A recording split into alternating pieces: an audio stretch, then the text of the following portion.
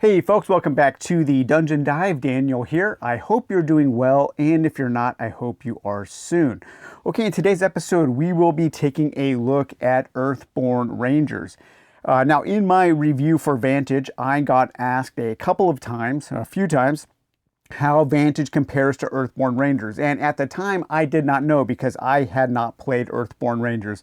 I was not a backer of the first printing, but I was a backer of the second printing, and so now I have played both. However, in this video, I'm not going to compare the two. I'm going to approach Earthborne Rangers on its own merits for what it is. In a follow-up video later this week, we will do a comparison between the two, and I will tell you which one I prefer. So, Earthborne Rangers is an open world adventure game with a world full of interesting flora, fauna, and NPCs to interact with. It's a campaign game played over the course of 30 in-game days in which the players take on the roles of rangers who are basically good Samaritans trying to help the world's inhabitants with their problems while trying not to do a lot of harm. It is kind of interesting that this video is directly following up my video for Mappa Mundi, an ecology and exploration RPG that kind of has similar vibes. As far as the game mechanisms go, Earthborne Rangers has light deck building with challenges to pass using effort tokens and cards to build up certain kinds of progress on cards to have interactions. If you have played Arkham Horror, the living card game, then you have a pretty good understanding of the kind of things you will be expected to do in Earthborne Rangers. As a matter of fact, there is a direct design lineage between the Arkham Horror LCG and Earthborne Rangers. This video is not a rules teach. If you want to learn how to play the game and see the gameplay in more detail, I highly recommend checking out the Covenant video on how to play Earthborne Rangers, and I will post a link to that in the description below.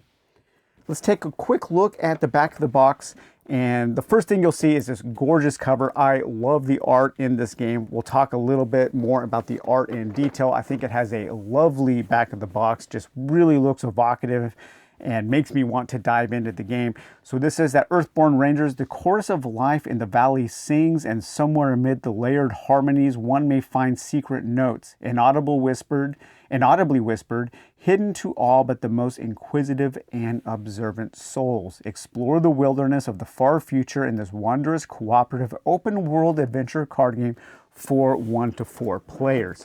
So this video is going to be broken up into 2 parts. The first part here will talk about the world, and that will kind of give you a general overview of the world and how you interact with it. And the second part of the video will talk about the characters themselves, the Rangers. But let's take a look at the world first. And so in the box, you will have a pretty cool world map, and this is the world map with all of the locations you will be able to explore. I do wish that this was on a printed board. I'm not sure why it's just a kind of a piece of paper, but it's pretty sturdy. I think it should last for quite a while. And so these are all of the locations, the major and minor locations that you will be exploring, along with the paths that reach those locations. And by combining different cards from those paths and those locations into a single deck, that will you will construct your encounter deck for that particular journey. We also have our rulebook. I think the rulebook is pretty good. This is a complex game, and there are a lot of interactions. There are a lot of exceptions. And I did find it a little difficult to learn. That's why I do highly recommend that Covenant video, because they break everything down in a very understandable way. We will also get our campaign book. And so yes, this is a campaign game. You will be playing the same characters throughout a series of days. You have 30 days to kind of complete your campaign. On your campaign tracker, you will be keeping track of the various missions that you are going on. You will be keeping track of your current locations and path terrain for when you want to save your game. You have a place to keep track of your rewards and your notable events, which are kind of like keywords. And depending on the section that you read, if you have things written in your notable events or in your notes on your campaign sheet, those might trigger more detailed interactions that you can have with locations or with people in those locations. There are a lot of different interactions in this game. So I just backed the base game, which gave me the full second edition, as well as a small kind of stretch goal expansion. And that expansion here is called it's a real small expansion, the Stewards of the Valley expansion, which basically gives you a few extra cards for your character development, as well as a new kind of background and specialty that you can use to create your characters with. As far as the organization of the box goes, I think it does a really good job. It does what it needs to do. It has all of your card dividers for all of your ranger cards, and those are the cards that you'll use to build your decks.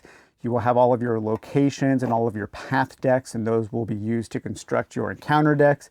And then you have decks here that you can keep track of the various rangers that you have built. So one of the things that I think this game does really well in creating its world is the art. I think the art is absolutely lovely in this game. And let me see if we can take a look at the artist here. So there are the credits. You can read those, pause the screen and read those. And I believe that there are also different artists who worked on some of the cards, but it has a very cohesive style, and I love the style of this world. I love the vibe of this world. The world has a very kind of Miyazaki feel to it. It does feel like it's kind of a mix between Nausicaa and Princess Mononoke. And those are two lovely worlds that I love to escape to in video or reading the Nausicaa comic, the manga. And so being able to play in a world like that is really nice. I do greatly enjoy the art, and I think the art goes a long way in kind of creating the vibe of the world and the various encounters that you will have with the various flora and fauna and the NPCs. They all look really cool. I especially love the art style here, this kind of, it's not monochromatic, but it almost looks like prints, maybe like a woodblock print or something by Wayne O'Connor there. And we have another artist here, Barner and Sumnett. And Banner and Sumnett, Wayne O'Connor and Corey DeVore. So there are a few artists, but they did a really good job in keeping a cohesive style. And the art is just something that you will, that I really love. Every time I pick a new card, I just love the way it looks. The kind of cartoon quality adds a lot of emotion to the various creatures and inhabitants and NPCs that you will come across. So all of that is really cool. I think the whole look of this game is great, and it goes a long way in selling this world. So when you are first playing, when you set up one of your sessions, and a session is kind of like a whole day, and a day is basically governed by your deck of cards that you have in your ranger deck. When all of those cards are depleted, you can camp, and then you will progress to the next day, and you will choose a location to explore to. So you will be in a location, you will choose a location to explore to, and then you will construct your deck. So as an example here, right now I am in a location called White Sky, and White Sky is up here on the map. And so we would take White Sky as our location and put that there. And then we could choose to travel a path to a new location. Well, right now I have a mission, a journey mission, and you will pick up various missions as you play the game. You will have this somewhat small deck of mission cards, but a lot of them are double-sided, and some of them are generic, like this journey mission. You will have the journey mission isn't the mission itself, but in the campaign guide, it will tell you where you need to journey for that mission. So I need to journey to Spire down here. So White Sky is connected to Spire by a river, but I don't have a boat, so I can't take this river path. So I have to go either around this way or around this way. This is a shorter connection, so let's choose that connection. So I'll place that up there. So that is my current mission. Now, depending on the day that you are in, so I'm on day 7 here, we have a certain type of weather. So we have a perfect day, downpour, howling winds, and so on. So the weather will change as the time progresses. So right now I am still in a rainy season. So I will place out my weather card. So I have the downpour. And downpour will take a certain number of tokens that you will put on it, and those tokens will represent clouds. And as the clouds vanish, then you will turn this over, and then there will be a coming storm, and then you will add tokens back to that gathering storm card to flip it back over to a downpour. So I think the weather system is interesting. It will impact the gameplay. It's not just for atmosphere. It has some direct impact on how you play the game. I also have this other mission that I unlocked, and unlocking this mission was super cool. It was a lot of fun. You know, I just took a chance and explored this one location, and I was able to unlock this one. I'm trying to find certain ruins out. So that's kind of a back burner mission now. My main mission here is to journey to Spire in order to progress the story. And so let's say I wanted to travel from White Sky to Boulder Field. And so I've already done White Sky. So now I need to find the location card of Boulder Field. So here is Boulder Field. So we are now going from White Sky to Boulder Field. So I will put Boulder Field in play. And now if you look at this route here, we have a woods deck, and then this is Boulder Field. Now Boulder Field is not an important location. It's kind of a generic location. Each of these yellow locations have their own cards that you will mix into your encounter deck. However, all of the other locations, and there's a lot more of them, these brown icons, those use a generic deck of cards. And this is one area where I am finding some issues with the game, because there just aren't enough random encounters in this game. And I'm kind of already tired of exploring this whole region, because I've basically seen everything in this region. I haven't yet fully interacted with everything, and those full interactions will lead to more interesting discoveries, but I could play this game for the rest of my life and never want to go through the woods again, because I've seen every card in the woods. So these path decks are pretty thin, and there's not a ton of variety. I mean, I've encountered, just in the 6 game days that I've played, I've encountered these prowling wolves like 24 times. I'm already so tired of encountering these things, these same things. I've encountered the overgrown thicket multiple times, the cedar buck, the sunberry bramble, the caustic mulcher, the sticka doe. I've seen all of these cards so many times, and it's just not fun to explore this region of the game for me anymore. That also extends to these more generic locations, because when you travel to one of these generic locations, you will mix in 3 random cards from this very, very small valley deck. And these will be various inhabitants, creatures, different locations. So you will mix these up, and you will randomly choose 3 to be added to your encounter deck. In my opinion, this valley deck should have been like 50 cards. There just isn't enough variety, because you will see these same cards over and over again as you play. However, that's not all bad, because one of the cool things this does is you might encounter, Oravos the Traveler in multiple locations on the map. So that does give a sense of the world living and breathing independently of what you are doing.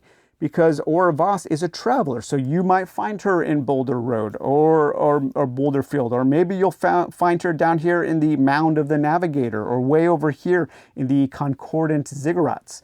So that is kind of cool. I like that. I like that the way that you build a familiarity with this world. However, that is kind of a double-edged sword, in that you will see the same things multiple times. And so drawing a new location isn't always exciting. So we'll take our valley deck, because we are going to a generic location of Boulder Field. We will randomly draw 3 cards, and then we will put that back. And then this is our encounter deck for this journey, for this stage of the journey. So we will give that a shuffle. So that is our encounter deck. And then we will do some things on this card when we put that out. We will read a little story in the book. I'm not going to spoil anything, so we'll read an encounter in the book. And then we will populate our path depending on what we draw on one of the challenge cards. And so the challenge cards, these have multiple uses. These are how you will add some variety, some luck to your encounters. by adding or subtracting penalties from -2 to +1, depending on the kind of challenge you take. And they also have an interaction icon down here at the bottom banner, and that's where the game really shines. That's probably the best part of the game, because as you start building out your tableau with different encounters, depending on these challenge results, those encounters will interact with each other. And that is by far, I think, the single best part of this game. I love the way that the different encounters will interact with each other depending on the challenge card that you draw. But we need to draw one and look at the challenge icon, which is this red icon here, and that is scout 3 path cards, then draw 2 path cards. Okay, so scout means that you can look at the top 3, however many it says, scout 3, and then you will draw one of these, and then you can put the others either on top of the deck in any order or on the bottom of the deck. Okay, oh, what do you know? The same 3 cards I have seen so many times. Okay, so the overgrown thicket, this is an obstacle. This prevents you from encountering cards behind it. And then these are predators, and these might prey on prey or interact with other cards. So I will take out a prowling wolfhound, and I will put the other 2 cards at the bottom of the deck. So right now I have a prowling wolfhound along this path. Now there are 3 different areas that you can place cards in. You can place cards along the way, in immediate reach, or in your player area. Depending on the icon here, an arrow pointing down, it goes into like kind of immediate reach. And then there will be other cards that are going to be placed behind that. And kind of depending on how you take that challenge, you will have to deal with cards in kind of a row, kind of a pathway to the main card that you are trying to get to. And right now we are trying to get to Boulder Field. Now the various encounter cards have things going on.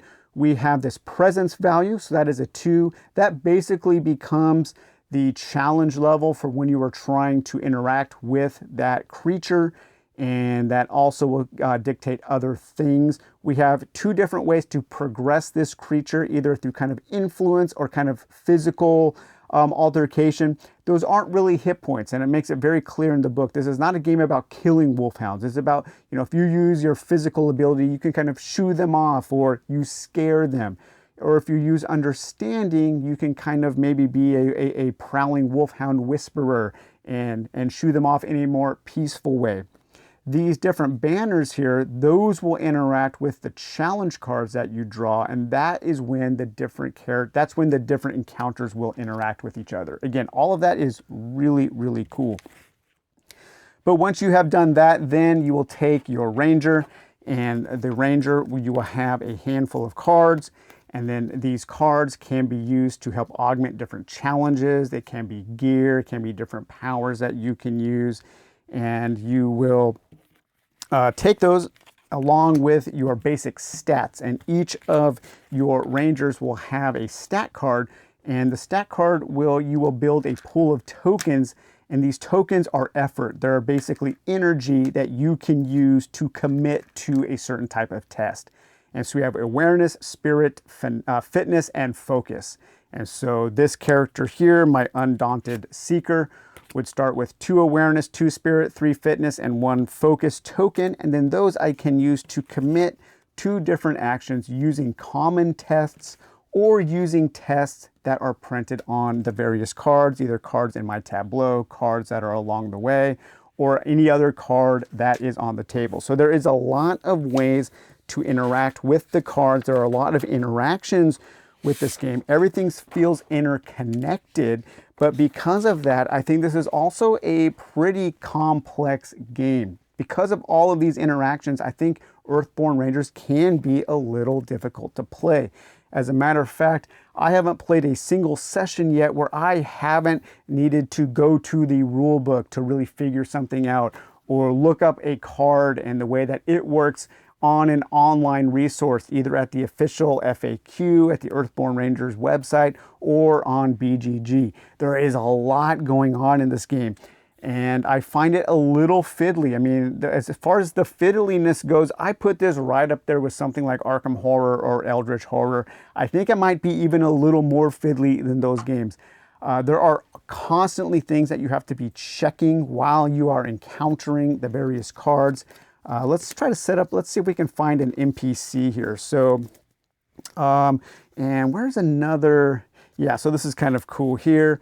And so we have, like, let's say this Umbra, this giant bird was out, and we drew a red banner challenge icon there. And then we would look here, if this being is within reach, exhaust it and suffer 1 energy. So this might exhaust and you might take energy. Some of these creatures will react to NPCs that are out. They might damage NPCs.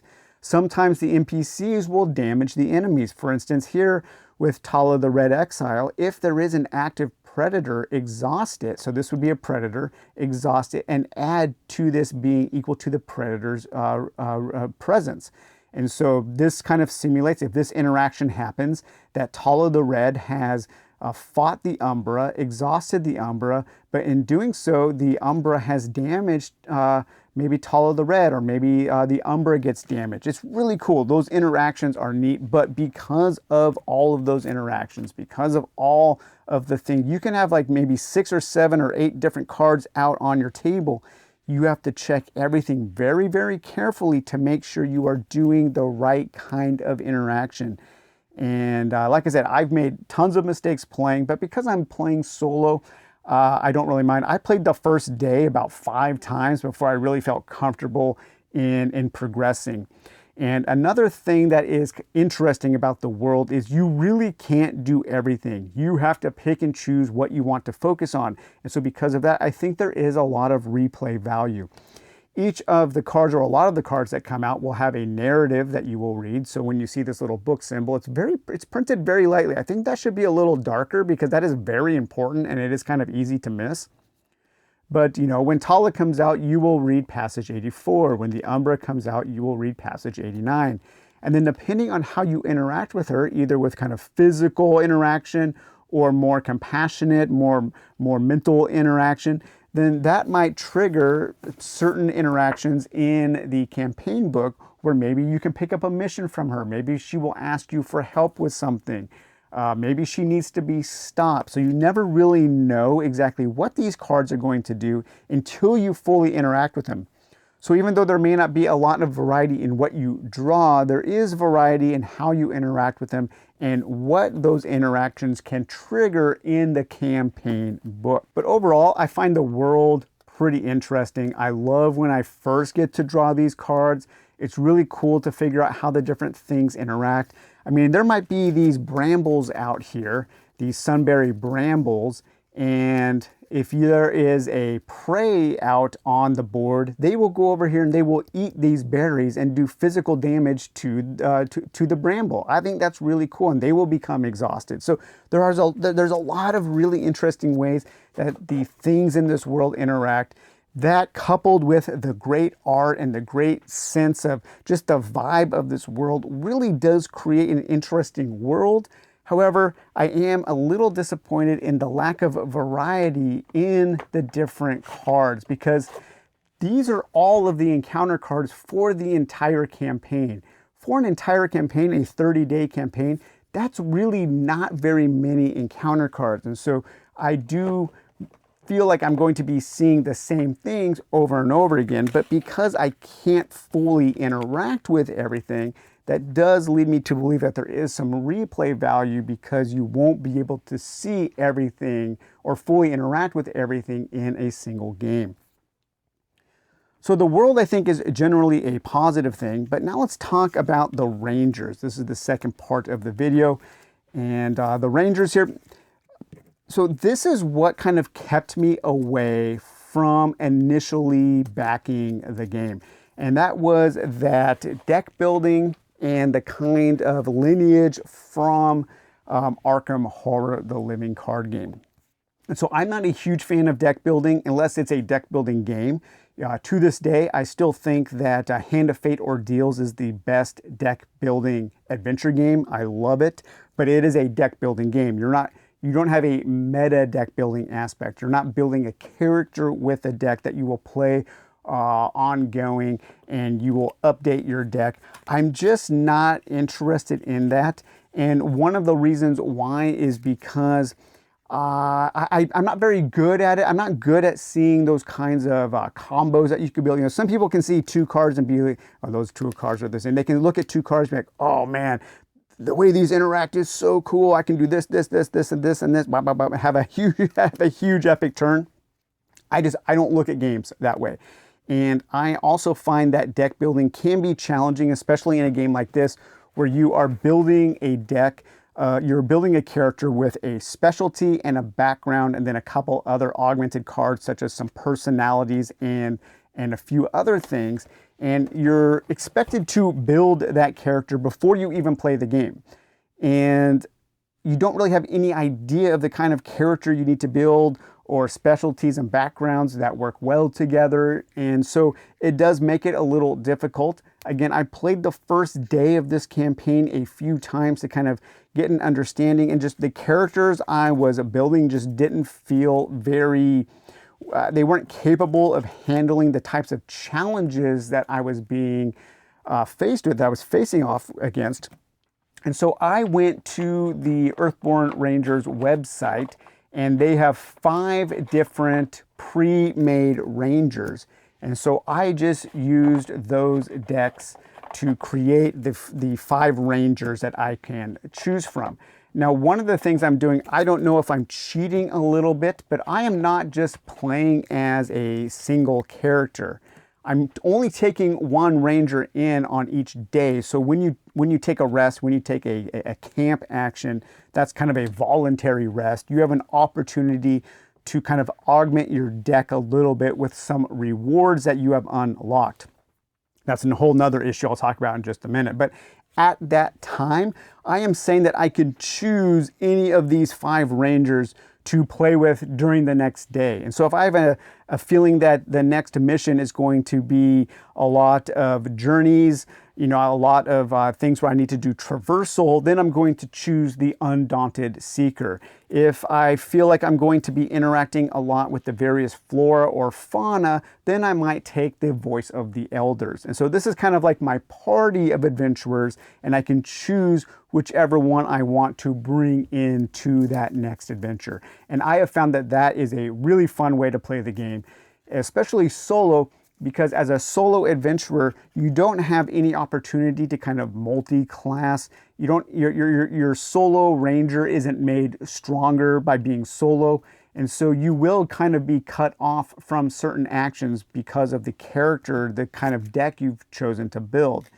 And I don't want to play two-handed because I think that would be way too complex for me. I want to focus just on one character, but giving myself the ability to swap characters between when I'm camping has made the game more fun. And so that is how I have progressed through to day 6.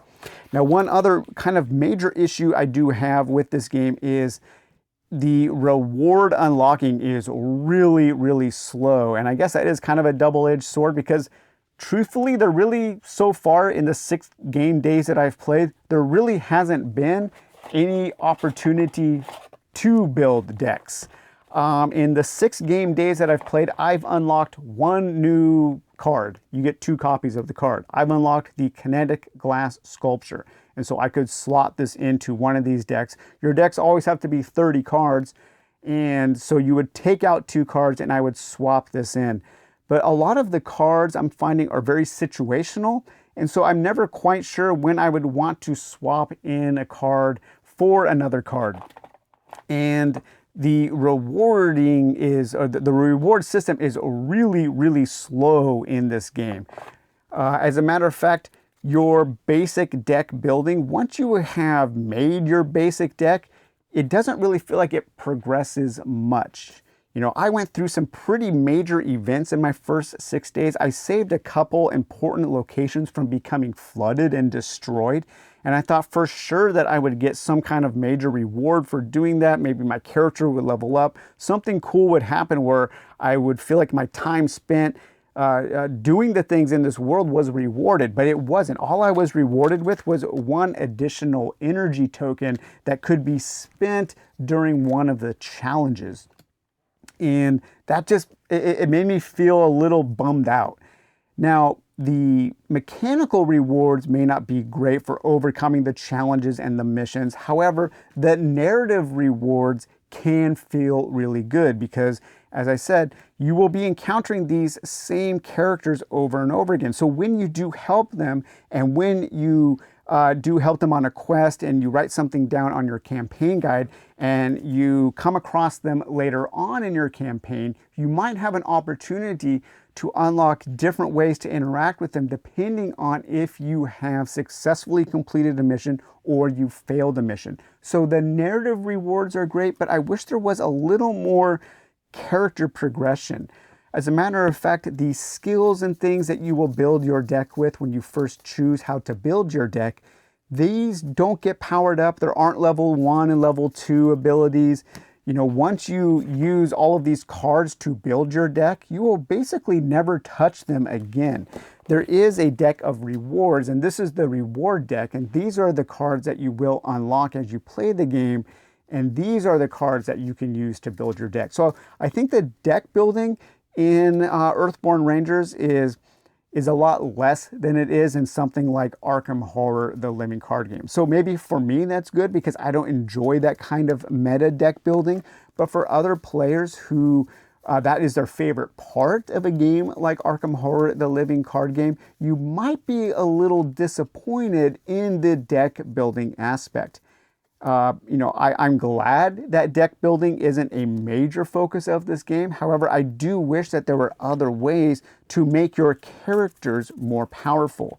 Even if they had, each of the characters has a special ability, but that special ability is going to be the same throughout the entire campaign. That can never be upgraded. There aren't any cards to unlock. There are no, there's not a masterful engineer level 2 anywhere in the box of cards in your collection of cards. And so there doesn't seem to be very many surprises in how your characters will really progress. And the progression feels really, really slow and kind of stunted. They probably took, maybe like 3 sessions worth of character progression and kind of spread those out over the course of a 30-session campaign. So just know that going in, that could be one thing. One other kind of negative I have about this game is failure feels really, really bad in this game. Like really bad. When you fail a test, there is no progress made at all. It's just a wasted turn. And sometimes your character may just not have enough of the various energy tokens in their pool to really commit to a test. They may not have the right cards in their hand to fully commit to a test. And so then you are relying on, well, hopefully I get that +1, and you don't, you get a -2 to your total, and you fail that test. You've spent your energy, you've used cards, those cards will go to your discard pile, and then you really can't attempt that same interaction again until you rest and refresh your tokens. And also, getting cards out of your deck is really slow. I haven't yet come across any type of ability that lets you kind of burn through your deck to find the cards you need. And so you really are relying on that kind of initial draw of 6 cards. At the end of every turn, you can draw 1 card. And there is a common test here. These common tests, these are tests that are always available. You can use a focus test to remember your training to scout cards from your hand and then draw 1 card. But if you're playing a character with only a focus of 1, you have a really low opportunity to focus, to remember cards, and kind of burn through your deck to find those situational cards that will help the situation at hand. A lot of these cards feel very situational, and it's often not a lot of fun to play the cards from your hand. And so that's one of my just major issues with these kinds of deck building adventure games. It was a major issue I had with Arkham Horror, where I knew that somewhere in this deck I had the card that I needed to overcome that challenge, but maybe it was the very last card in the deck. That happened to me a couple times while I was playing, and it just didn't feel good. It kind of disrupted the kind of fun that I was having. And there are moments of fun. I was having moments of fun of discovering, like I said, when I discovered this mission here, this archaeology mission, that was really cool. I have enjoyed seeing how the different inhabitants interact with each other. I have enjoyed some of my interactions in the campaign book. I think the campaign book is interesting and it is full of surprises, but I find the character progression and just the character abilities just not very fun. And I'm also really tired of a lot of the encounter cards that I've already seen. Just in 6 game days, I've already seen every card in a handful of these decks, and I don't ever want to see another Wolfhound again. I'm so tired of these cards. I know I've seen these a dozen times. I've seen this character a dozen times, and so I might want to choose pathways on the map that aren't beneficial just so I can see more variety on my adventure. And so I think those are some major issues that I have with Earthborne Rangers. However, I can see this game really appealing to certain players, especially if you like a campaign. If you like some light deck building, you might really enjoy creating your characters. Although I think the deck building is pretty limited. I wouldn't enter this game thinking that it's going to rival, Arkham Horror, the LCG, with deck building. But if you just like being in this kind of world, this kind of Miyazaki-esque world, if you really like Nausicaa and Princess Mononoke, then you might get a lot out of this game just living in the world and maybe ignoring your missions and just going out and taking the penalties for your missions failing and just exploring the world and seeing what you can discover. But those are some of my thoughts on Earthborne Rangers. I didn't go into a lot of the detail on how the challenges work. There are way better videos out there that you can watch that will detail everything about the mechanisms and everything. So I didn't want to focus on that. I just wanted to give my thoughts on the game. I'm not sure how much I enjoy Earthborne Rangers. I've had some fun with it, but I've also had a lot of frustrations, mainly in just remembering everything, all the fiddliness, the interactions, having to look up cards. There's one mechanic where you were trying to save these villages from being flooded, and this flood mechanic was just absolutely baffling to me. It wasn't until after I had progressed through the mission a little bit, stumbled my way through and failed, and then looked at what the outcome was supposed to be that I really understood the flooding mechanism. And there's been a few things like that. And so there are a lot of resources now, though. There are official videos. There's a really good FAQ with updates, and they are keeping everything updated as they find things that they need to update. I don't think it's a poorly written game as far as the rules go. I think most people will fully understand it, and people seem to be really enjoying the game. So I think it's more of a me issue, whereas this game just has that certain level of complexity with everything that kind of prevents me from fully enjoying the game as much as I would like to. So, all right, well, I hope you enjoyed taking a look at Earthborne Rangers. Again, God, the art, even the covers on these books are so cool. It reminds me of some of the old Tolkien art that was used in like Lord of the Rings or The Hobbit. I really, really love the world of this game a lot. I just don't like some of the things about it. So anyways, I hope you enjoyed this video. We will talk to you later. Bye-bye.